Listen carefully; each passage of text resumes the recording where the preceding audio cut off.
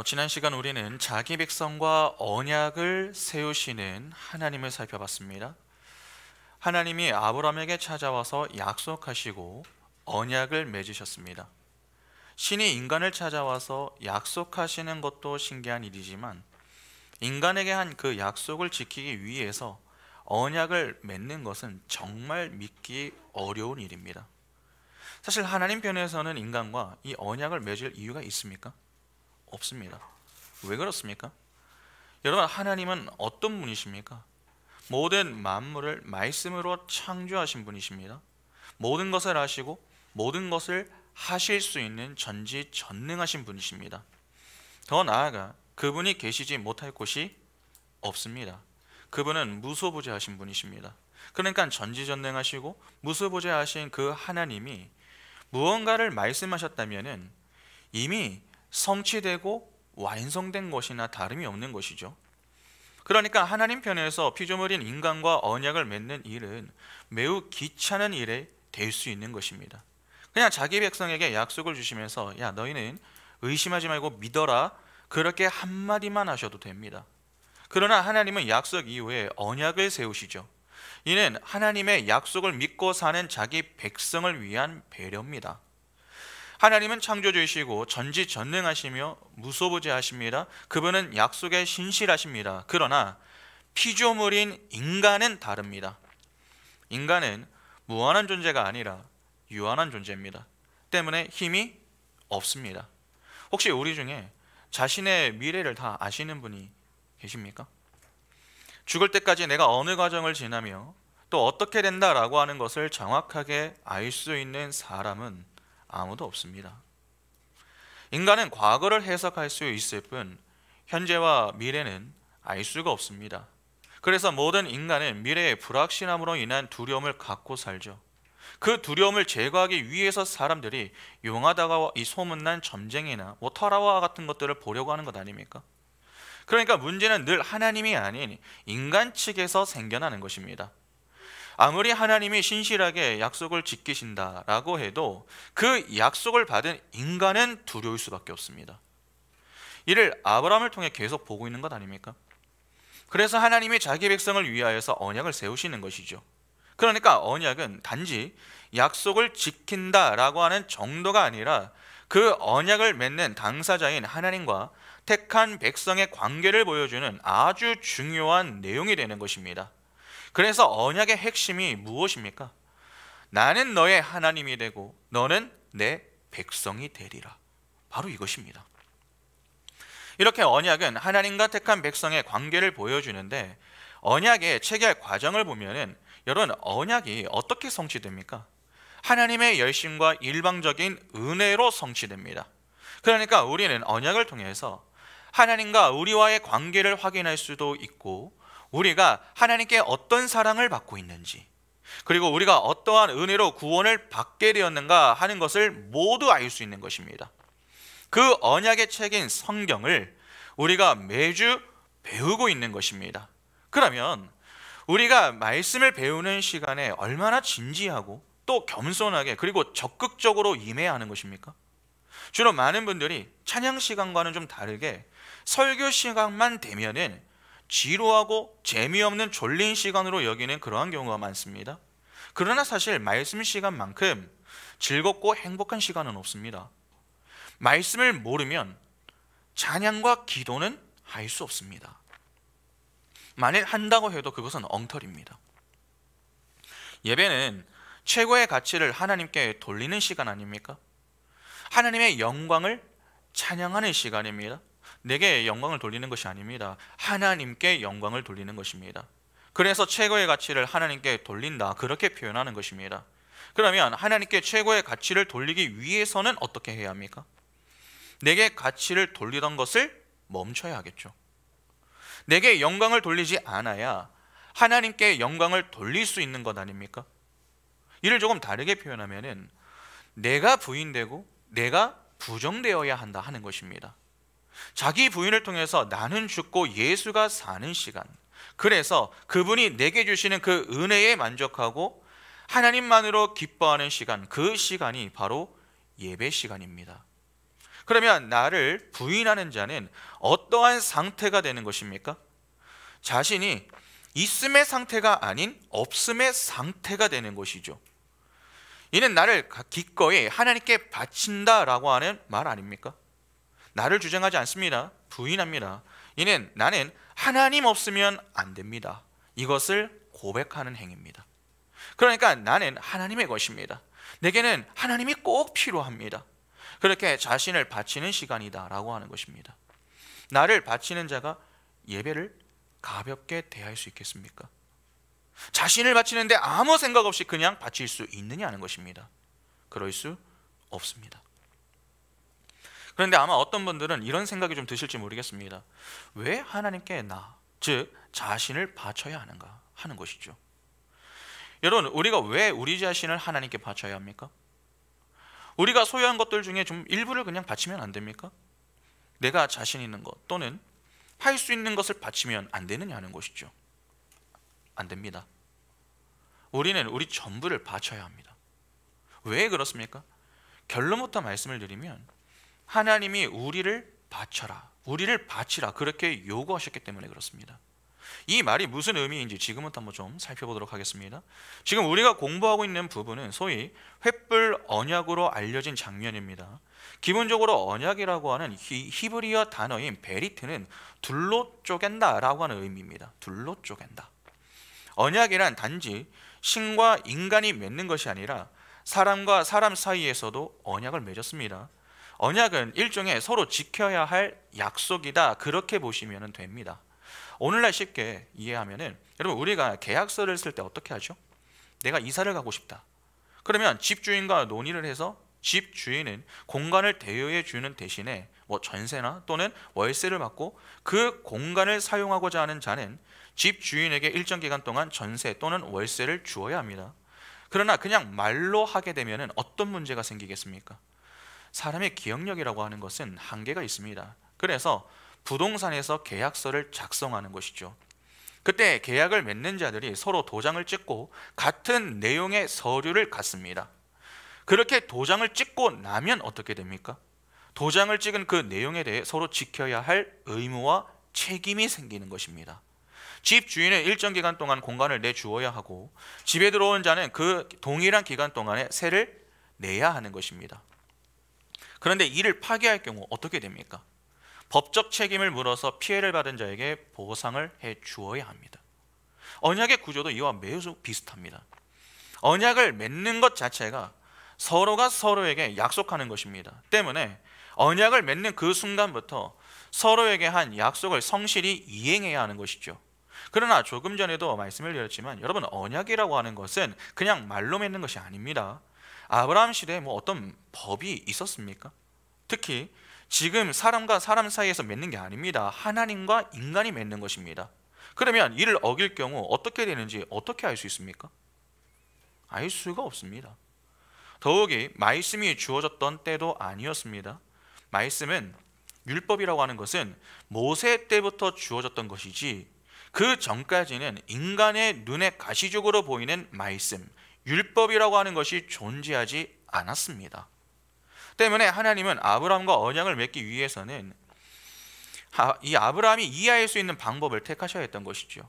그것이 당시 고대 근동 문화 속에서 언약을 맺을 때 사용했던 방법을 그냥 가지고 오셨던 것입니다.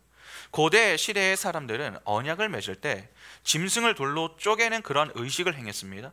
언약이라고 하는 말 자체가 둘로 쪼갠다라고 하는 의미를 담고 있다고 말씀을 드렸습니다. 여러분, 사람이 쪼개질 수가 없으니까 짐승을 쪼개는 것입니다. 그리고 그 쪼갠 짐승 사이에 서서 우리가 서로 약속한 사이임을 확인하고 한 사람이 그 사이를 지나가게 되었습니다. 주로 그 사이는 힘이 없는 자가 지나갔습니다. 왜 힘이 없는 자가 가는 줄 아십니까? 여러분, 주로 약속은 누가 지키지 않습니까? 힘이 있는 사람보다 힘이 없는 사람이 약속을 지키지 못할 확률이 더 높습니다. 그래서 힘이 없는 자가 그 사이를 지나갔던 것입니다. 이는 언약을 지키지 않을 경우에 쪼개진 저 짐승과 같이 쪼개질 것이다 라고 하는 것을 암시하는 것이었습니다. 그러니까 약속을 지키지 않으면 죽는다 라고 하는 것을 경고함과 동시에 언약을 지키기 위한 책임을 다해야 한다 하는 것을 보여주는 역할을 그쪽에 진 짐승이 보여주었던 것이죠. 오늘날로 따지면 일종의 법적 책임을 묻는 것과 비슷한 것입니다. 아브라함이 하나님께 부름을 받을 당시, 여러분 그의 나이가 75세였습니다. 그 나이에 언약 체결을 어떻게 하는지 그때의 문화나 관습을 몰랐을까요? 그렇지 않습니다. 그러니까 하나님은 아브라함이 충분히 이해할 수 있는 그러한 상황 속에서 언약을 맺으셨던 것입니다. 언약에 있어서 중요한 것은 짐승입니다. 왜냐하면 언약을 맺기 위해서는 짐승을 둘로 쪼개야 했기 때문에 그렇습니다. 그래서 오늘 본문도 보시면은 하나님이 아브라함에게 짐승을 요구하십니다. 그런데 내용을 잘 보시기 바랍니다. 창세기 15장 9절부터 11절 보시면 여호와께서 그에게 이르시되 나를 위하여 3년 된 암소와 3년 된 암염소와 3년 된 순양과 산비둘기와 쥐비둘기 새끼를 가져올지니라. 아브라함이 그 모든 것을 가져다가 그 중간을 쪼개고 그 쪼갠 것을 마주 대하여 놓고 그 새는 쪼개지 아니하였으며 솔개가 그 사체 위에 내릴 때에는 아브라함이 쫓았더라. 여러분 여기 구절을 잘 보시면 하나님이 무엇을 요구하십니까? 암소, 암염소, 순양, 산비둘기, 쥐비둘기를 요구하십니다. 왜 이러한 것들을 요구하십니까? 지금 열거된 것들은 전부 정결한 짐승과 새에 해당합니다. 다시 말해서 제사에 쓸 수 있는 제물이었다라고 하는 것이죠. 그러면 지금 하나님이 아브라함에게 요구하시는 제물은 어떤 제물이겠습니까? 흠이 없는 제물입니다. 먼저 암소를 볼까요? 민수기 19장 1절부터 7절 보시면 여호와께서 모세와 아론에게 말씀하여 이르시되 여호와께서 명령하시는 법의 율례를 이제 이르노니 이스라엘 자손에게 일러서 온전하여 흠이 없고 아직 멍에 매지 아니한 붉은 암송아지를 내게로 끌어오게 하고 너는 그것을 제사장 엘리아살에게 줄 것이요 그는 그것을 진영 밖으로 끌어내어서 자기 목전에서 잡게 할 것이며 제사장 엘르아살은 손가락에 그 피를 찍고 그 피를 회방 앞에 향하여 7번 뿌리고 그 암소를 자기 목전에서 불사르게 하되 그 가죽과 고기와 피와 똥을 불사르게 하고 동시에 제사장은 백향목과 우슬초와 홍색 실을 가져다가 암송아지를 사르는 불 가운데에 던질 것이며 제사장은 자기의 옷을 빨고 물로 몸을 씻은 후에 진영에 들어갈 것이라 그는 저녁까지 부정하리라. 두 번째는 암염소입니다. 레위기 4장 28절부터 31절 보시면 그가 범한 죄를 누가 그에게 깨우쳐 주면 그는 흠없는 암염소를 끌고 와서 그 범한 죄로 말미암아 그것을 예물로 삼아 그 속죄 제물의 머리에 안수하고 그 제물을 번제물을 잡는 곳에서 잡을 것이요 제사장은 손가락으로 그 피를 찍어 번제단 뿔들에 바르고 그 피 전부를 제단 밑에 쏟고 그 모든 기름을 화목 제물의 기름을 떼어낸 것 같이 떼어내 제단 위에서 불살라 여호와께 향기롭게 할지니 제사장이 그를 위하여 속죄한즉 그가 사함을 받으리라. 세 번째는 순양입니다. 레위기 5장 15절부터 보시면 누구든지 여호와의 성물에 대하여 부지 중에 범죄하였으면 여호와께 속건제를 드리되 내가 지정한 가치를 따라 성소의 세겔로 몇 세겔 은에 상당한 흠없는 순양을 양떼 중에서 끌어다가 속건제로 들여서 성물에 대한 잘못을 보상하되 그것에 5분의 1을 넣어하여 제사장에게 줄 것이요 제사장은 그 속건제에 순양으로 그를 위하여 속죄한즉 그가 사함을 받으리라. 만일 누구든지 여호와의 계명 중 하나를 부지 중에 범하여도 허물이라 벌을 당할 것이니 그는 내가 지정한 가치대로 양떼 중 흠 없는 순양을 속건제물로 제사장에게로 가져갈 것이요 제사장은 그가 부지 중에 범죄한 허물을 위하여 속죄한즉 그가 사함을 받으리라. 방금 살펴본 암소, 암염소, 순양까지 전부 온전하고 흠이 없습니다. 그러니까 지금 하나님은 정결한 짐승을 아브라함에게 요구하고 계시는 것이죠. 그리고 구절을 보면 산비둘기와 쥐비둘기가 나옵니다. 레위기 14장 20절부터 23절 보시면 제사장은 그 번제와 소제를 제단에 드려 그를 위하여 속죄할 것이라 그리하면 그가 정결하리라. 만일 그가 가난하여 그의 힘에 미치지 못하면 그는 흔들어 자기를 속죄할 속건제를 위하여 어린 순양 한 마리와 소제를 위하여 고운 가루 10분의 1 에바에 기름 섞은 것과 기름 한 녹을 취하고 그의 힘이 미치는 대로 산비둘기 둘이나 쥐비둘기 새끼 둘을 가져다가 하나는 속죄제물로 하나는 번제물로 삼아 여덟째 날에 그 결례를 위하여 그것들을 회막문 여호와 앞 제사장에게로 가져갈 것이요. 여러분 주로 이 산비둘기하고 쥐비둘기는 가난한 자도 드릴 수 있는 그러한 제물이었습니다. 그러니까 제물은 다양합니다. 그러나 차별이 없는 것입니다. 잘 아시다시피 흠 있는 것은 하나님께 가증한 것이 되죠.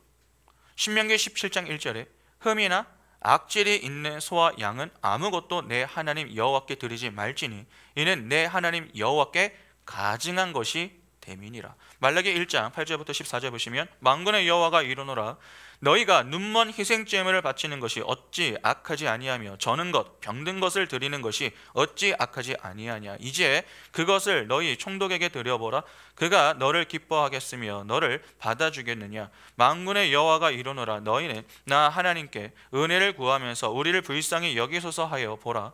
너희가 이같이 행하였으니 내가 너희 중 하나인들 받겠느냐. 만군의 여호와가 이르노라 너희가 내 제단 위에 헛되이 불사르지 못하게 하기 위하여 너희 중에 성전문을 닫을 자가 있었으면 좋겠도다. 내가 너희를 기뻐하지 아니하며 너희가 손으로 드리는 것을 받지도 아니하리라. 만군의 여호와가 이르노라 해 뜨는 곳에서부터 해 지는 곳에까지 이방 민족 중에서 내 이름이 크게 될 것이라. 각처에서 내 이름을 위하여 분향하며 깨끗한 제물을 드리리니 이는 내 이름이 이방 민족 중에서 크게 될 것임이니라. 그러나 너희는 말하기를 여호와의 식탁은 더러워졌고 그 위에 있는 과일 곧 먹을 것은 경멸이 여길 것이라 하여 내 이름을 더럽히는도다. 만군의 여호와가 이르노라 너희가 또 말하기를 이 일이 얼마나 번거로운고 하며 코웃음 치고 훔친 물건과 저는 것 병든 것을 가져왔느니라. 너희가 이같이 봉헌물을 가져오니 내가 그것을 너희 손에서 받겠느냐. 이는 여호와의 말이니라. 짐승떼 가운데에 수컷이 있거늘 그 서원하는 일에 흠 있는 것으로 속여 내게 드리는 자는 저주를 받으리니 나는 큰 임금이요 내 이름은 이방 민족 중에서 두려워하는 것이 됨이니라. 만군의 여호와의 말이니라. 여기 보면은 흠 있는 것으로 속여 하나님께 제사하면은 저주를 받을 것이다 그렇게 말씀하십니다. 그런데 여기 우리가 조금 주목해서 보아야 할 부분이 있습니다. 하나님이 아브라함에게 재물을 가지고 나오라 그렇게 말씀을 하실 때를 조금 유의해서 보시기 바랍니다. 하나님께서 아브라함에게 뭐라고 하십니까? 그냥 재물을 갖고 와라 그렇게 말씀하신 것이 아니라 3년 된 것들을 갖고 나오라 그렇게 말씀하셨습니다. 이건 좀 이상하지 않으십니까? 그냥 정결한 짐승을 가지고 나오라 그렇게 말씀하시면 되지 왜 3년 된 것들을 가지고 나오라고 말씀하십니까? 1년 또는 2년 또는 4년 그 이상 되는 것은 안 됩니까? 왜 꼭 3년이어야 합니까? 이는 3이라고 하는 숫자에 담긴 의미 때문에 그렇습니다. 여러분 히브리 사람들은 숫자의 의미를 좀 부여했는데요. 숫자 1은 하나님이라고 여겼습니다. 그러니까 가장 먼저 하나님을 두는 것이죠. 여러분 진리는 하나이기 때문에 그렇습니다. 그리고 숫자 2는 인간이라고 봤습니다. 선악과를 먹고 선악을 판단하는 존재가 누굽니까? 인간이죠. 그래서 사람은 늘 무엇을 합니까? 선과 악을 판단하는 주체로 서 있습니다. 둘로 나눈다는 것이죠. 그래서 2가 인간입니다. 그리고 3이 하늘이고 4가 땅입니다. 숫자 4는 동서남북 즉 사방위를 가리킵니다. 그것이 바로 땅입니다. 하늘과 땅이 하나가 되면 그것이 완전수인 숫자 7이 되는 것입니다. 여기서 중요한 것은 3이 하늘이다 라고 하는 것입니다. 실제 성경은 숫자 3을 하늘을 상징하는 숫자로 사용을 합니다. 먼저 노아의 방주를 한번 생각해 볼까요? 여러분 노아가 방주를 만들 때에 방주를 몇 층으로 만들었는지 기억이 나십니까? 3층입니다. 창세기 6장 16절에 거기에 창을 내되 위에서부터 한 규빗에 내고 그 문은 옆으로 내고 상중하 3층으로 할지니라. 그리고 바울이 3층천을 다녀왔다라고 하는 구절도 있죠. 고린도후서 12장 2절부터 4절 보시면 내가 그리스도 안에 있는 한 사람을 아노니 그는 14년 전에 셋째 하늘 여기가 3층입니다. 3층천 셋째 하늘에 이끌려간 자라. 그가 몸 안에 있었는지 몸 밖에 있었는지 나는 모르거니와 하나님은 아시느니라. 내가 이런 사람을 아노니 그가 몸 안에 있었는지 몸 밖에 있었는지 내가 모르거니와 하나님은 아시느니라. 그가 낙원으로 이끌려가서 말로 표현할 수 없는 말을 들었으니 사람이 가히 이르지 못할 말이로다. 여러분 이는 하나님의 나라 3층천이라고 하는 것은 하나님의 나라를 상징합니다. 하나님께서 택한 백성의 구원의 처소를 하나님의 모형으로 만든 것이 노아의 방주 아니었습니까? 그런데 구약에서 하늘을 모형으로 하는 것이 무엇이었습니까? 하나님의 임재가 있는 곳 어디죠? 성전이죠. 성전에서 하는 것이 바로 제사 아닙니까? 제물을 가져와서 하나님께 제사를 드리는 곳입니다. 그러면 하나님의 나라에서 하나님께 바쳐져야 할 제물이 있다라고 하는 말이 되는데, 그것을 3년된 것으로 지금 표현이 되고 있다, 그렇게 볼 수 있지 않겠습니까? 여러분, 이 속에는 의미가 담겨 있습니다. 이를 숫자로 다시 한번 생각해 보겠습니다. 노아의 방주나 여러분 성전은요, 모양이 네모납니다. 사각형입니다. 혹시 삼각형이 여러분 사각형이 되기 위해서는 어떻게 되어야 하는 줄 아십니까? 수학 시간은 아니지만 여러분, 도형을 이루는 것이 무엇이죠? 점과 선입니다. 점을 이어 놓은 것이 선이고, 그 선들을 연결하면 도형이 됩니다. 삼각형은 세 개의 선으로 만든 도형이죠. 그래서 선과 점, 각이 전부 세 개입니다. 그러면 삼각형을 사각형으로 만들려고 하면 어떻게 해야 합니까? 삼각형의 한 점을 쪼개야 되겠죠. 이 위에를 쪼개서 벌려야 됩니다. 그리고 그 사이를 하나의 선으로 그어야 사각형이 됩니다. 아까 완전수는 하늘과 땅이 합해진 것이다, 그렇게 말씀을 드렸습니다. 하늘이 땅과 연합이 되기 위해서는 하늘이 땅을 뚫고 들어와야 합니다. 노아의 방주나 성전은 전부 사각형입니다. 하나님의 임재가 그곳에 임한다라고 하는 그 자체가 하늘이 임한 것이죠. 땅이 하늘과 연합이 이루어지는 것입니다. 그러면 완전하게 되는 것인데, 여러분 숫자 7은 완전수이기도 하지만 안식의 수이기도 합니다. 그러면 하늘과 땅이 합해지면, 그래서 완전해지게 되면은 그 속에서 어떻게 되는 것입니까? 안식하게 되는 것입니다. 안식은 죄가 물러간 상태 아닙니까? 하나님 나라에서 하나님과 함께하는 자들이 누구죠? 교회는 우리입니다. 그 교회가 하나님과 함께하는 곳, 그것이 바로 참된 안식이 있는 하나님의 나라인 것입니다. 그러면 그 나라에서 하는 것이 도대체 무엇입니까? 우리 하나님 나라에서 무엇합니까? 하나님의 영광을 찬양합니다. 예배하지요. 예배란 최고의 가치를 하나님께 돌리는 것입니다. 이는 나를 부인하는 것이며 동시에 나를 기꺼이 하나님께 바치는 것을 의미합니다. 하나님이 그분의 나라에서 요구하시는 것이 무엇일까요? 그 나라에 사는 자기 백성입니다. 그들의 믿음을 요구하시는 것이죠. 하나님만으로 만족하며 그것으로 기뻐하는 그 믿음, 그러니까 하나님은 하나님의 백성을 원하시는 것입니다. 이를 잘 이해하면 오늘 본문은 다 이해한 것입니다. 여러분 잘 보시기 바랍니다.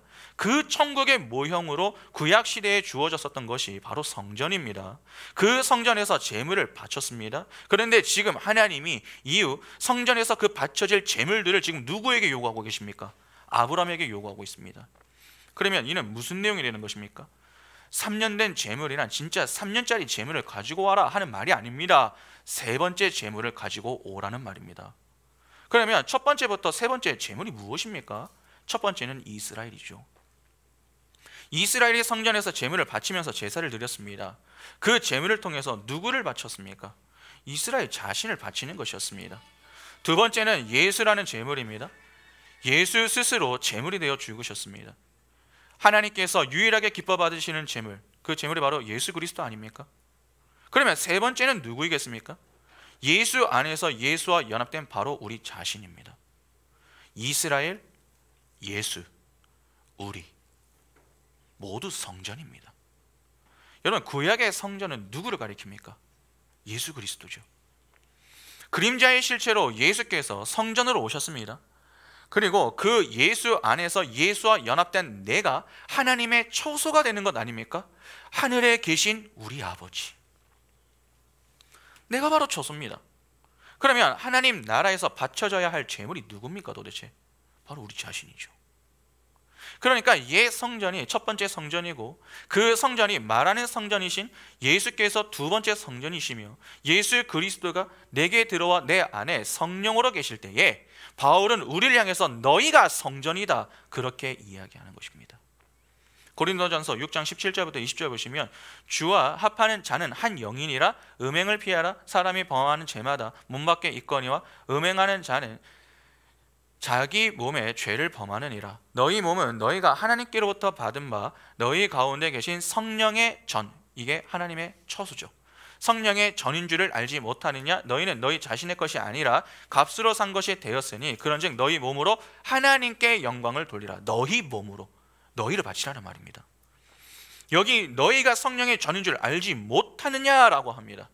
그러니까 교회인 세 번째, 교회가 바로 세 번째 성전이 되는 것입니다. 그러면 3년 된 재물을 가져오라 하는 것은 누구를 가지고 오라고 하는 말입니까? 바로 우리 자신입니다. 우리 자신. 그래서 바울은 로마서에서 이렇게 이야기합니다. 로마서 12장 1절에 그러므로 형제들아 내가 하나님의 모든 자비하심으로 너희를 권하노니 너희 몸을 하나님이 기뻐하시는 거룩한 산 제물로 드리라. 이는 너희가 드릴 영적 예배니라. 본절을 보면 바울이 뭐라고 합니까? 하나님이 기뻐하시는 거룩한 산 제물로 너희를 드리라, 그렇게 이야기하죠. 하나님은 나를 위해 3년 된 제물을 가져오라 그렇게 말씀하셨고, 바울은 너희 몸을 하나님이 기뻐하시는 거룩한 산 제물로 드려라 그렇게 이야기했습니다. 그게 영적 예배라고 하는 것입니다. 하나님의 나라에서 하나님의 백성이 하고 있는 것, 그것이 예배 아닙니까? 바울은 영적 예배가 하나님의 상급, 즉 영적인 상급이라고 하였습니다. 그 영적인 상급을 받아 영적으로 산 자가 되어 영이신 하나님만으로 만족하며 기꺼이 자기 자신을 내어드리는 것, 그것을 기뻐하고 감사하는 것, 그것이 영적인 예배인 것입니다. 그래서 예배를 최고의 가치를 하나님께 돌리는 것이다, 그렇게 표현하는 것이죠. 그 시간은 자기를 부인하고 하나님만 드러내는 시간입니다. 하나님이 원하시는 것은 다른 것이 아닙니다. 자기 백성입니다. 그런데 우리는 어떻습니까? 우리 자신보다는 우리가 소유한 그 어떤 것을 그냥 내놓으려고 합니다. 그러나 여러분, 하나님은 이미 다 가지고 계신 분이십니다. 그런 하나님이 왜 우리가 소유한 어떠한 것에 관심을 두시겠습니까? 그러한 것들은 하나님께 하나도 필요하지 않습니다. 하나님께 필요한 것은 태초부터 구원하기로 작정한 자기 백성, 하나님의 영광을 찬미하는 자, 즉 자기 자신을 기쁨으로 내어드리며 영적인 예배로 하나님께 기쁨을 드리는 자인 우리 자신을 원하시는 것입니다. 진리를 깨닫지 못하면 우리는 자꾸 엉뚱한 것을 내어 놓으려고 합니다. 찬양은 웅장해야 한다, 교회는 커야 한다, 헌금은 풍성해야 한다, 그렇게 여기는 것입니다. 그러나 성경은 그렇게 가르치지 않습니다. 우리는 우리 자신을 내어 드릴 수 있어야 합니다. 여러분 꼭 기억하시기 바랍니다. 하나님은 우리를 구원하시고 그냥 마음대로 살라 그렇게 말씀하지 않으십니다. 구원한 자기 백성을 향해서 하나님이 요구하시는 것이 있습니다. 여러분, 요구하심이 있음은 곧 하나님께서 기뻐하시는 것과 기뻐하지 않으시는 것이 있다라고 하는 말입니다. 그러면 하나님께서 기뻐하시는 것은 무엇이고 기뻐하지 않는 것은 또 무엇입니까?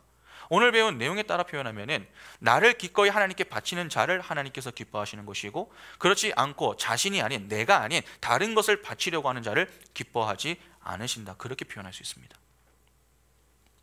진리를 진리로 깨달은 자는 그에 합당한 반응으로 자기 자신을 드립니다.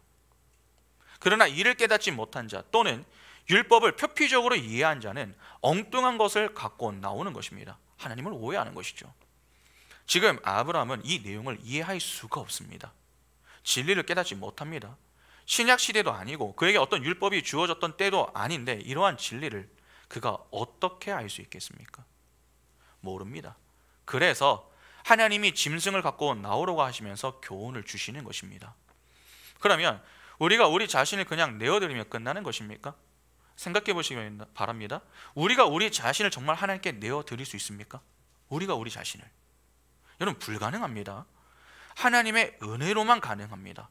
그래서 횃불 언약이 나오는 것입니다.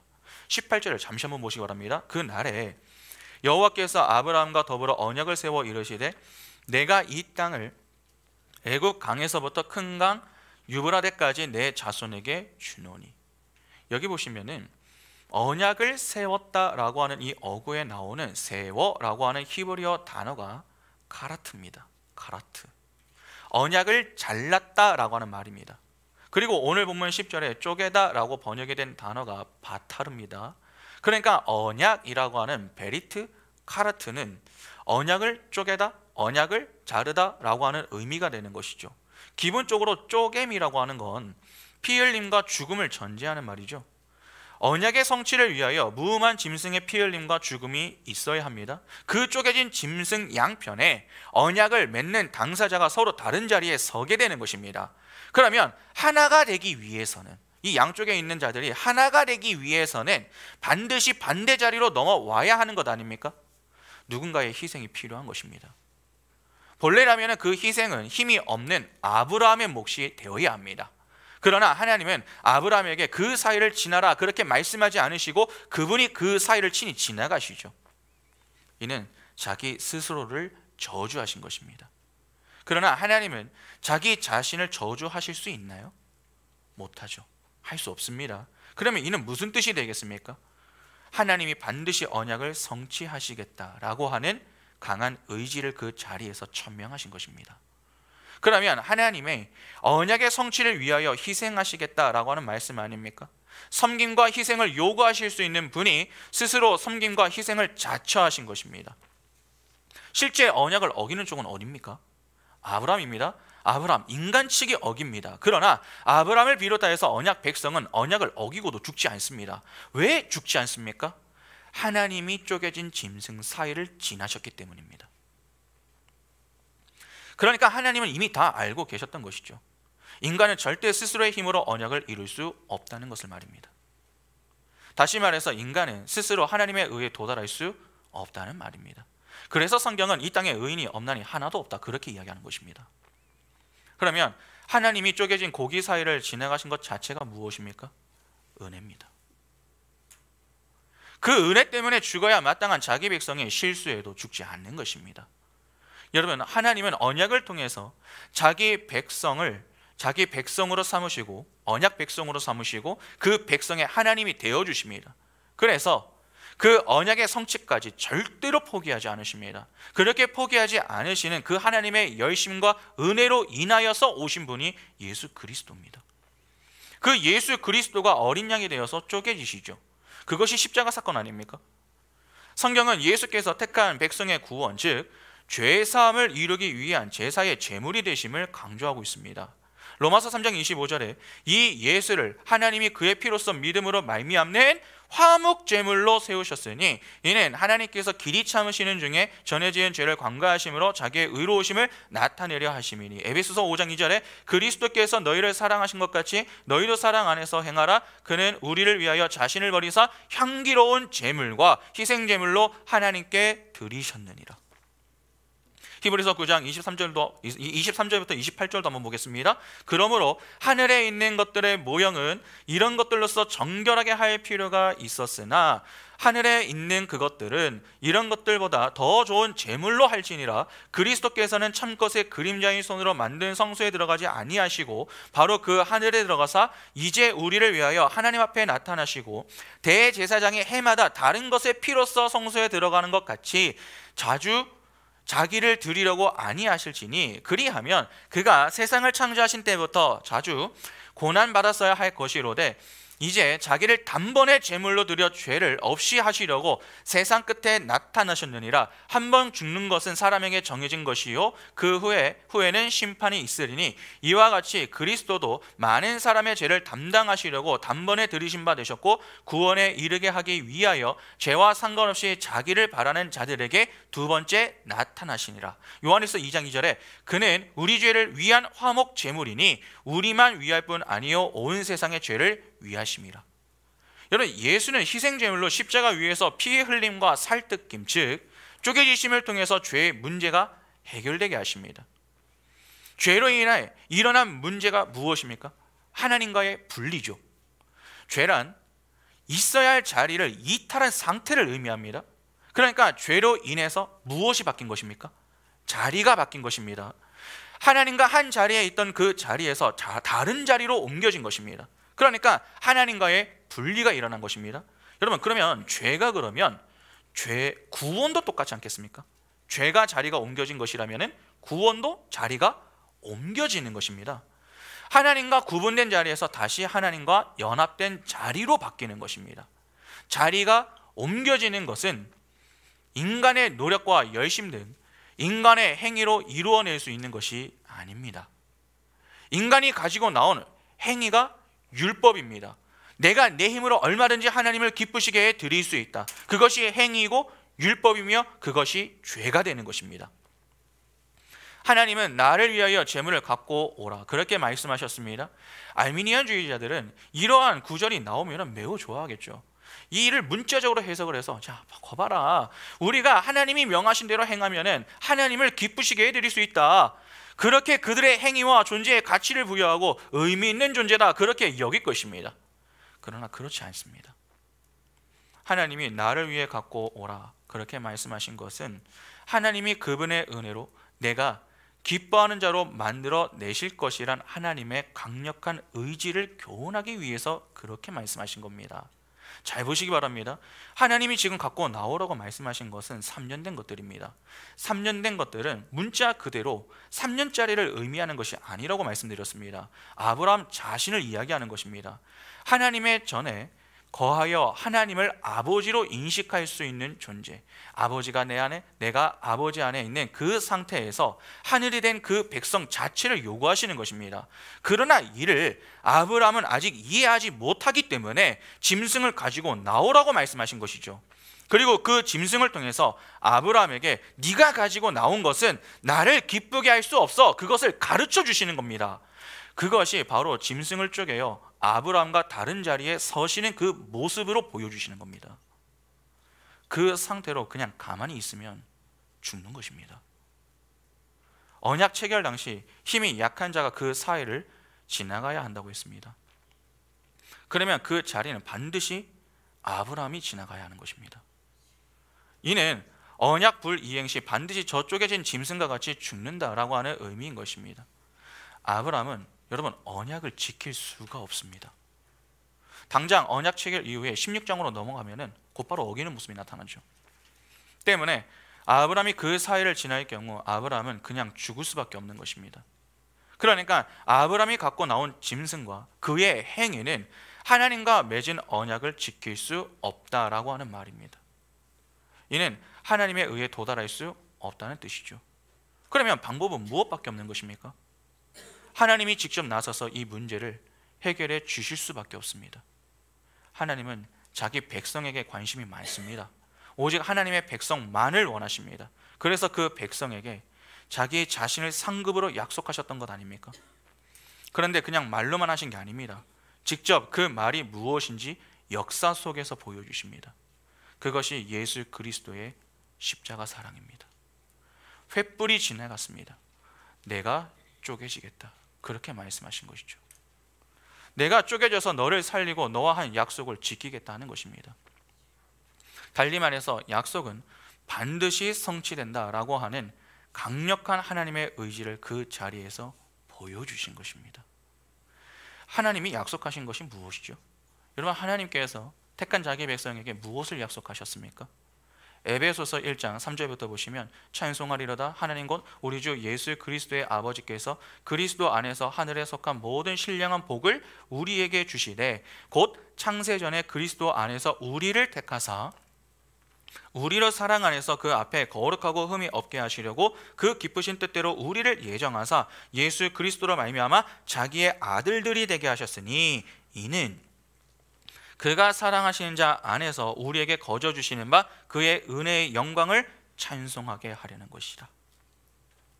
태초부터 구원하기로 작정한 자기 백성을 구원하여 하나님을 찬양하게 만드는 것입니다. 그러면 하나님의 영광을 찬양하기 위해서는 여러분 그 백성이 어떻게 되어야 합니까? 첫째, 죄의 문제가 해결이 되어야 합니다. 죄로 인해 하나님과의 관계가 단절된 그 상태부터 해결을 해야 합니다. 죄 문제는 죄인이 해결할 수 없습니다. 그래서 이 문제의 해결자로 예수께서 택한 백성을 대신하고 대표하기 위해서 이 땅에 내려오셔서 십자가 위에서 단번에 이 문제를 해결하셨던 것입니다. 둘째, 거룩한 존재가 되어야 합니다. 단지 죄가 해결된다 하는 정도에서 그치면 안 됩니다. 하나님 앞에 서기 위해서는 단지 죄가 없는 상태가 아니라 그 다음 거룩한 상태가 되어야 합니다. 여러분, 우리가 신앙생활을 하면서 조심해야 하는 것이 있습니다. 우리는 바울과 같은 이 말씀을 통해서, 바울이 한 이 이야기를 통해서 제가 죄인 중에 괴수입니다, 자꾸 그렇게 고백을 합니다. 여러분, 이 말은 틀린 말입니까? 맞는 말입니까? 내가 죄인 중에 괴수입니다. 맞습니다. 중요합니다. 그러나 그 자리에 그냥 가만히 머물러 있으면 안 됩니다. 우리는 단지 죄에 대한 탄식을 하는 자들이 아닙니다. 한탄, 탄식 그 이후에 우리는 고백을 해야 되죠. 그래서 제게는 하나님의 은혜가 필요합니다. 여러분, 그 자리까지 나갈 수 있어야 합니다. 하나님의 은혜로 죄사함을 받은 우리입니다. 예수와 함께 십자가에 못 박힌 자들이 우리입니다. 그때 우리의 죄를 가져가시고 그분의 의를 우리에게 전가해 주신 것입니다. 그래서 우리는 예수 안에서 사는 것 아닙니까? 우리가 작은 예수다라고 하는 것이 참 중요합니다. 예수는 하나님을 기쁘시게 드리는 제물이었습니다. 그러면 작은 예수인 우리는 어떠하겠습니까? 당연히 하나님을 기쁘시게 드릴 수 있는 제물이 되는 것입니다. 이를 위해 성령께서 이루 말할 수 없는 탄식으로 우리를 위하여 중보하시며 우리 안에 내주하심으로 우리를 돕고 계십니다. 성부 하나님의 계획, 성자 예수 그리스도의 실행, 성령 하나님의 적용까지 삼위 하나님의 이러한 극진한 사랑으로 인해서 우리의 자리가 다시 옮겨져서 하나님께 이제는 내 자신을 내어드리며 하나님이 요구하시는 재물, 나를 위하여 갖고 오라는 그 재물을 가지고 올 수 있는 자가 된 것입니다. 그러니까 우리는 정확히 알아야 합니다. 우리는 예수 그리스도를 믿지 않고는 절대로 하나님께 나갈 수 없습니다. 요한복음 14장 6절에 예수께서 이르시되 내가 곧 길이요 진리요 생명이니 나로 말미암지 않고는 아버지께로 올 자가 없느니라. 여러분, 사람들은 묻습니다. 왜 예수를 꼭 믿어야 합니까? 하나님을 믿으면 되지 왜 예수를 믿어야 합니까? 그렇게 묻습니다. 매우 어리석은 질문입니다. 내 인생에 왜 예수의 은혜가 필요하냐 하는 질문입니다. 예수가 아니면 우리는 하나님을 믿지 못합니다. 믿어도 엉뚱한 하나님을 믿을 가능성이 100%입니다. 빛이신 예수가 와도 예수를 알아보고 이해한 자가 없었는데 어떻게 우리가 하나님을 믿습니까? 언어 도단입니다. 하나님이 왜 예수를 보내어 주셨습니까? 예수가 아니면 하나님을 도저히 믿을 수 없음을 잘 아셨기 때문입니다. 그래서 하늘의 신비를 담아 예수를 이 땅에 보내어 주신 것이죠. 지극히 우리를 위한 배려인 것입니다. 그런데 그 배려 앞에서 우리는 도리어 반문하는 것입니다. 우리가 왜 예수를 믿어야 합니까? 이는 예수의 은혜가 아니어도 하나님을 믿을 수 있는데 왜 우리를 무시하느냐 하는 말입니다. 그것이 죄로 타락한 죄인들이 끝까지 지키려고 하는 아담들의 자존심인 것입니다. 그러나 성경은 분명히 교훈합니다. 진리라고 하는 예수라는 길을 통과하지 않고는 아버지께로 향할 수 없다고 말입니다. 아버지가 가지고 계신 것이 무엇입니까? 하나님이 가지고 계신 것, 생명입니다. 이는 예수를 통하지 않고는 절대로 생명을 얻을 수 없음을 의미하는 것입니다. 그래서 믿음과 여러분 생명은요 늘 함께합니다. 요한복음 20장 31절에 오직 이것을 기록함은 너희로 예수께서 하나님의 아들 그리스도이심을 믿게 하려 함이요. 믿음이 나오네요. 또 너희로 믿고 그 이름을 힘입어 생명, 영생이 나오네요. 생명을 얻게 하려 함이니라. 영적 생명을 상실하면 시체가 되는 것입니다. 죽은 흙입니다. 그러나 그 속에 생기가 불어 넣어져 생명이 된 자는 어떻게 됩니까? 산자가 되면 그에 합당한 반응을 합니다. 그게 예배입니다. 처음 아담이 했던 것이 무엇인지 기억하십니까? 무엇을 했죠? 경작을 했죠. 아바드. 그 아바드라는 말 속에 들어가 있는 의미가 무엇이었습니까? 예배였습니다. 최고의 가치를 하나님께 돌리는 것, 그것이 바로 찬양하는 것 아닙니까? 그러니까 예수를 믿지 않으면 하나님이 약속하신 그 자리, 찬양의 자리에 설 수 없는 것입니다. 그러나 예수를 믿어 생명을 얻은 자는 어떻습니까? 그 생명에 반응하여 생명이신 하나님의 품 안에서 하나님의 은혜에 감사하여 하나님의 영광을 찬양합니다. 그것이 예배로 나타나는 것입니다. 그래서 예수를 믿는 자는 절대 함부로 예배하지 못합니다. 하나님의 자녀는 가볍게 예배할 수가 없습니다. 형식이나 장난으로 할 수 없다는 것입니다. 왜 그렇습니까? 하나님이 우리를 향해 하신 약속과 그 약속을 성취하기 위하여 언약을 맺으셨는데 그 언약의 성취를 위하여서 자기 저주를 선언하셨습니다. 반드시 성취해내시겠다는 강력한 의지를 천명하심으로 끝내 예수 그리스도를 보내어 주셨습니다. 본래 쪼개져야 했는데, 우리가 쪼개져야 했는데, 이미 쪼개져야 했던 우리를 대신하고 대표하여 그분이 그 십자가 위에서 친히 피 흘리시고 쪼개지심으로 태초부터 구원하기로 작정한 모든 자기 백성을 구원해 내신 것입니다. 태초부터 자기 백성을 향한 그 은혜가 한 번도 변질되지 않고 지금까지 이어지고 있습니다. 그 은혜를 입어서 오늘 우리가 이 자리에 있는 것입니다. 우리가 우리의 모습을 볼 때 어떻게 감히 하나님이 요구하시는 것을 갖고 나올 수 있습니까? 우리가 우리를 볼 때 하나님께 우리 자신을 내어 놓을 만하다 그렇게 여기십니까? 그런 분 계십니까? 그렇지 않으시죠? 그래서 우리는 자꾸 내가 아니라 다른 것, 즉 내가 갖고 있는 것들 중에 일부를 드리려고 합니다. 내가 가지고 있는 것 중에 최고의 것을 준비하여 드리면 된다. 그렇게 우리는 우리의 것들 중에 어떠한 것을 내어 드리려고 합니다. 그러니까 우리는 우리 자신을 하나님께 바칠 생각을 하는 것이 아니라 우리의 소유 중 일부를 바치려고 하는 것이죠. 그것이 바로 우리의 잘못된 생각인 것입니다. 하나님은 우리의 소유가 아니라 우리 자신에게 관심을 두십니다. 그래서 그분은 우리의 구원을 위하여 당신의 아들까지 내어주셨죠. 그 은혜와 사랑을 진짜 안다면 우리가 정말 이렇게 예배할 수 있습니까? 하나님의 은혜가 어떤 은혜인지를 아는 자는 결코 함부로 예배할 수가 없습니다. 오늘날 왜 우리가 이렇게 예배에 여러분 무너진 모습을 보이는 줄 아십니까? 하나님을 몰라도 너무 모르기 때문 아닙니까? 하나님을 모르면요 예배를 제대로 준비하지 않습니다. 졸지 마십시오. 그냥 예배에 나오는 것만으로 충분하다 그렇게 여깁니다. 그러면 여기서 제가 잠시 이런 질문을 하나 드려보겠습니다. 우리는 이 자리에 예배를 하기 위해서 모였습니다. 그렇죠? 그러면 우리는 왜 예배합니까? 우리는 왜 예배하죠?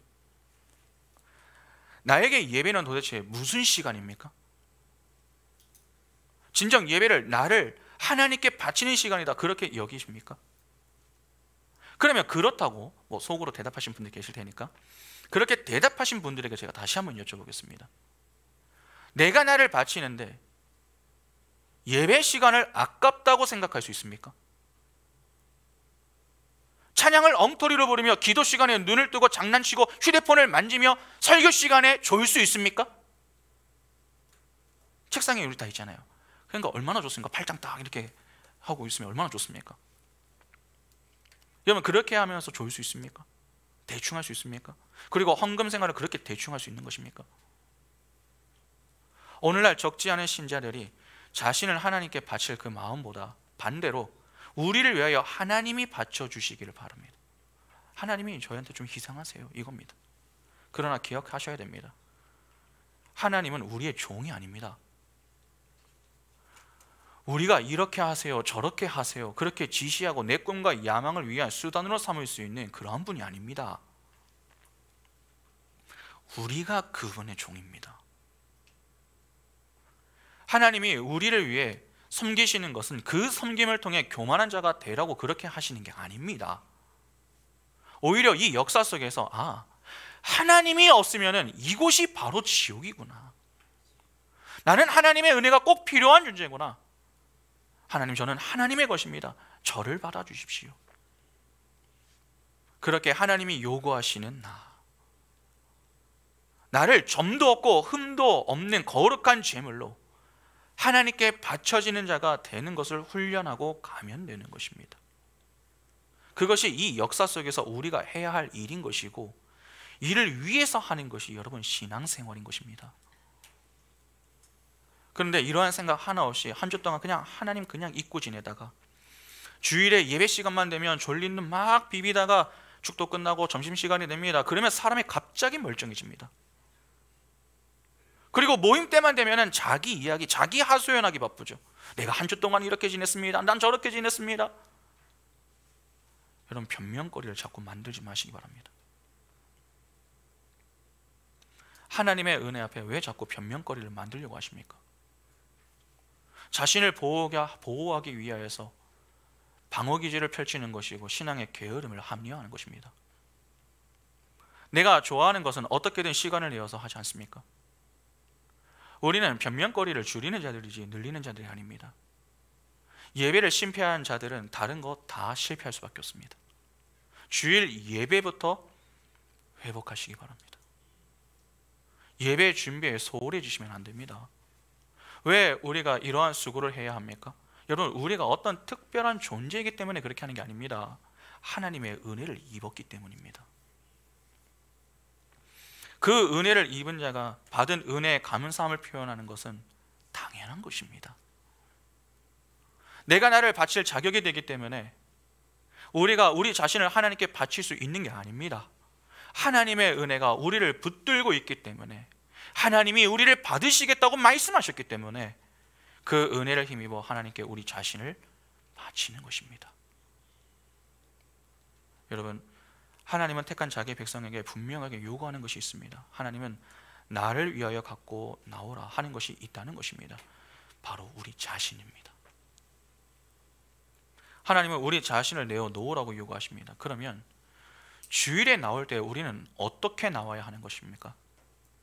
기꺼이 자신을 내어드릴 수 있도록 준비를 해서 나와야 합니다. 다시 말해서 예배를 준비를 해야 한다는 것입니다. 여러분, 그것이 바람직한 것입니다. 적어도 토요일 저녁부터는 예배를 위해서 충분한 숙면을 통해서 최상의 컨디션을 유지해야 합니다. 토요일날 미리 주보가 나가지 않습니까? 그러면 조장님들께서 주보를 공유를 해주시거든요. 그러면 그 주보를 보면은 미리 함께 부를 찬양이 나와 있습니다. 때문에 우리가 찬양을 좀 찾아서 들어보기도 하고 숙지를 해서 주일에 나와서는 힘차게 함께 찬양을 부를 수 있어야 하는 것입니다. 헌금 생활도 마찬가지입니다. 몇 번이고 말씀을 드렸지만 헌금은 돈을 바치는 것이 아니라 자신의 신앙 고백과 자신을 바치는 것입니다. 보이는 물질을 통해서 보이지 않는 자신의 믿음, 자신의 신앙을 고백하는 것입니다. 이러한 모든 것들이 다 하모니를 이루는 시간, 그 시간이 예배 시간입니다. 그러니까 그냥 주일에 예배당에 나가기만 하면 된다, 내가 예배만 하면 된다, 사람들에게 내가 왔다라고 하는 출석 도장만 찍으면 된다, 그러한 우리의 생각은 얼른 바뀌어야 합니다. 우리는 우리를 위하여 이 자리에 나와 하나님께, 하나님 이렇게 해주세요, 저렇게 해주세요, 그렇게 내 요구사항만 가지고 나와서 하나님께 아뢰기 바쁩니다. 그러나 그런 우리를 향해 하나님은 반대로 이렇게 말씀하시죠. 너희를 위하여 갖고 오지 말고 나를 위하여 갖고 와. 그렇게 말씀하십니다. 베드로의 권면을 잠시 한번 보겠습니다. 베드로전서 1장 14절부터 보시면, 너희가 순종하는 자식처럼 전에 알지 못할 때에 따르던 너희 사욕을 본받지 말고 오직 너희를 부르신 거룩한 이처럼 너희도 모든 행실에 거룩한 자가 되라. 기록되었을 때 내가 거룩하니 너희도 거룩할지어다 하셨느니라. 외모로 보시지 않고 각 사람의 행위대로 심판하시는 이를 너희가 아버지라 부른즉 너희가 나그네로 있을 때를 두려움으로 지내라. 너희가 알거니와 너희 조상이 물려준 헛된 행실에서 대속함을 받은 것은 은이나 금과 같이 없어질 것으로 된 것이 아니요 오직 흠없고 점없는 어린 양 같은 그리스도의 보배로운 피로 된 것이니라. 그는 창세전부터 미리 알린 바 되신이나 이 말세에 너희를 위하여 나타내신 바 되었으니 너희는 그를 죽은 자 가운데서 살리시고 영광을 주신 하나님을 그리스도로 말미암아 믿는 자니 너희 믿음과 소망이 하나님께 있게 하셨느니라.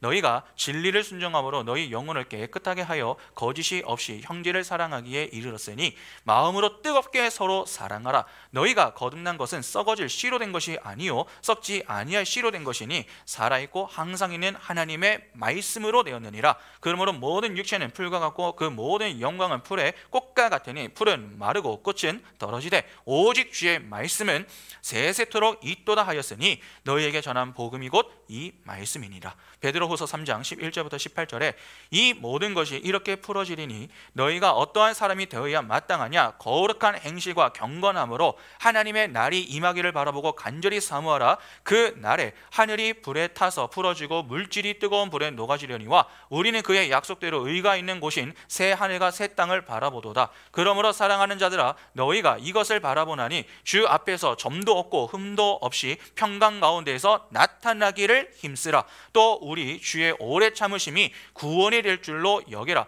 우리가 사랑하는 형제 바울도 그 받은 지혜대로 너희에게 이같이 썼고 또 그 모든 편지에도 이런 일에 관하여 말하였으되 그 중에 알기 어려운 것이 더러 있으니 무식한 자들과 굳세지 못한 자들이 다른 성경과 같이 그것도 억지로 풀다가 스스로 멸망에 이르느니라. 그러므로 사랑하는 자들아, 너희가 이것을 미리 알았은즉 무법한 자들의 미혹에 이끌려 너희가 굳센 데서 떨어질까 삼가라. 오직 우리 주 곧 구주 예수 그리스도의 은혜와 그를 아는 지식에서 자라가라.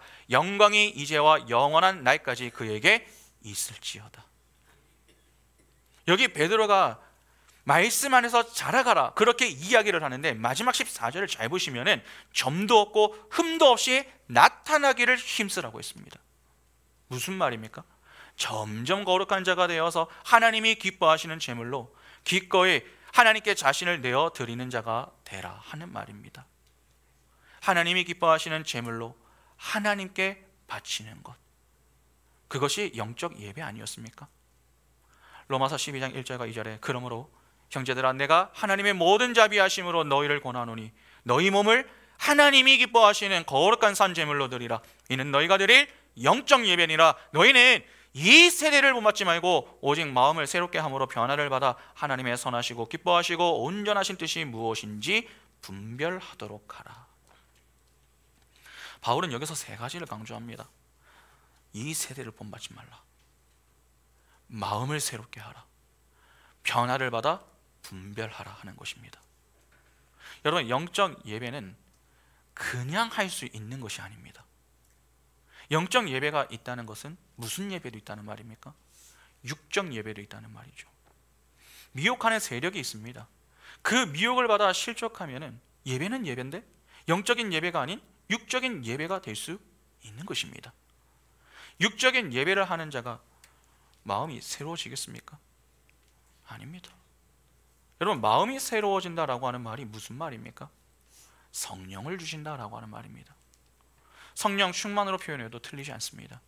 에스겔 36장 25절부터 보시면 맑은 물을 너희에게 뿌려서 너희로 정결하게 하되 곧 너희 모든 더러운 것에서와 모든 우상 숭배에서 너희를 정결하게 할 것이며 또 새 영을, 성령을 너희 속에 두고 새 마음을 너희에게 주되 너희 육신에서 굳은 마음을 제거하고 부드러운 마음을 줄 것이며 또 내 영을, 성령을 너희 속에 두어 너희로 내 율례를 행하게 하리니 너희가 내 규례를 지켜 행할지라. 내가 너희 조상들에게 준 땅에서 너희가 거주하면서 내 백성이 되고 나는 너희 하나님이 되리라. 여러분, 성령이 임하면 우리의 굳은 마음이 부드러워지며 마음이 새로워집니다. 그러면 어떻게 되겠습니까? 변화를 받아 전에는 율법을 표피적으로 지키며 교만한 자로 내가 내 힘으로 하나님을 기쁘시게 해드릴 수 있다 그렇게 여겼었던 그 자리에서 이제는 하나님의 은혜를 힘입어 내 것이 아닌, 내가 가진 일부가 아니라 나를 하나님께 기쁨으로 바치는 그러한 자리로 향하게 되는 것입니다. 그렇게 여전히 양의 탈을 쓴 이리들의 감언 이설에 속지 않고 하나님이 기뻐하시는 살아있는 예배, 영적 예배로 하나님을 기쁘시게 해 드리는 것입니다. 그러한 자들로 부름을 받은 자들이 바로 교회인 우리인 것입니다. 이 일을 우리가 할 수 있습니다. 왜냐하면 하나님이 그분의 은혜로 언약을 반드시 성취하실 것임을 보여주셨기 때문이죠. 그러면 지금은 우리가 여전히 밋밋하고 차지도 뜨겁지도 않은 미지근한 모습으로 예배를 한다 할지라도 끝내 하나님이 그분의 열심을 갖고서 우리를 어느 자리로 인도하시는 것입니까? 뜨겁게 예배하는 자리, 영적인 예배로 하나님이 기뻐 받으시는 제물인 나를 내어드리는 자리로 인도하신다라고 하는 말이 됩니다. 그러면 우리 편에서 해야 할 일은 무엇이겠습니까? 아주 간단합니다. 하나님을 아는 것입니다. 하나님이 어떤 열심을 갖고 우리에게 약속하셨고 언약을 맺으시며 그 언약을 이루어 내셨는가 하는 것을 아는 것입니다. 그 언약이 기록된 책이 성경입니다. 그러면 우리가 언약의 책인 성경을 배우는 일은 너무나도 당연한 것이겠죠. 성경은 예수 그리스도의 책입니다. 그분은 레마를 담고 있는 로고스이십니다. 우리는 어둠 속에 있기 때문에 이 빛을 이해하지 못합니다. 그래서 빛인 성령의 조명이 필요한 것이죠. 성령의 은혜를 그래서 우리가 구하는 것입니다. 그 성령의 도움을 받아서 우리는 예수라는 진리를 말씀을 통해서 배울 수 있어야 합니다. 그래야 예수를 통해 우리의 아버지를 바르게 이해하고 믿을 수 있게 되는 것입니다. 말씀을 배운다. 여러분, 이게 결코 쉽지가 않습니다. 그래서 하나님의 은혜가 아니면 우리는 말씀을 배울 수가 없는 것입니다. 그 은혜가 우리에게 꼭 필요합니다. 말씀을 배우는 일에 힘을 내야 합니다. 자꾸 다른 것을 하려고 하지 마시기 바랍니다. 지난주에도 말씀을 드렸지만 여러분, 교회는요, 일을 하기 위하여서 오는 것이 아닙니다. 하나님을 알기 위하여, 다시 말해서 하나님께 예배하기 위하여서 오는 곳입니다. 예배가 안 되는데 일만 하고 있다면 당장 그 일을 내려놓아야 합니다. 뭘 하고 있는데 자꾸 설교 중에 졸려요. 그럼 일 그만두셔야 됩니다. 이면 주일만 되면 교회마다 너무 분주하죠. 아침부터 저녁까지 주차 봉사, 교회 안내, 주방 봉사 등 너무 바쁘고 정신없이 하루를 보냅니다. 그래서 마음이 분주합니다. 그러나 우리는 조금 차분해질 필요가 있습니다. 차분히 분주함에서 벗어나 눈을 들고 하나님을 바라보시기 바랍니다. 그러면 내가 너무 일만 하느라 내가 놓치고 있었던 중요한 것들, 내가 바라보지 못하고 넘어갔었던 것들이 서서히 내 눈에 보이기 시작합니다. 내가 내고 싶은 열심, 성과가 하나님을 기쁘시게 드리는 것이 아니라 하나님이 요구하시는 것을 정확히 알고 하나님 앞에 가져오는 것을 하나님이 기뻐하시는 것입니다. 하나님이 우리에게 요구하시는 것이 무엇입니까? 바로 작은 예수인 우리 자신입니다. 하나님은 우리를 그분이 기뻐하시는 존재가 될 수 있도록 그분의 아들 예수 그리스도를 통해서 언약을 성취하셨습니다. 그 은혜를 힘입어 이제 우리는 그 은혜를 사모함으로 말씀 안에서 자라가기를 힘쓰기만 하면 됩니다. 여러분, 말씀을 늘 가까이 하시기 바랍니다. 그 말씀이 선포되는 예배는 성도가 절대로 함부로 여기고 가볍게 여길 수 있는 문제가 아닙니다. 다른 그 무엇보다 진지하고 사활을 걸 수 있어야 하는 문제입니다. 그래서 다른 것은 모르겠지만 예배만큼은 타협이 안 되는 겁니다. 믿음의 눈을 열고 오늘도 언약의 성취를 위하여 부지런히 일하시며 우리를 기꺼이 우리 자신을 내어드릴 수 있는 자로 만들어 영적 예배를 하게 하시는 그 하나님의 열심만 바라보시기 바랍니다. 그리하여 엉뚱한 것을 갖고 나와서 하나님께 책망을 받는 그러한 인생이 아니라 오직 일방적으로 이루신 하나님의 그 은혜에 감사하며 기꺼이 나를 하나님께 감사함으로 바치는 존재가 되어 하나님이 기뻐 받으시는 영적 예배로 늘 하나님께 영광 돌리는 이 시대에 하나님이 찾으시는 그 예배자가 바로 우리 모두가 될 수 있기를 간절히 소망합니다. 함께 찬양하겠습니다.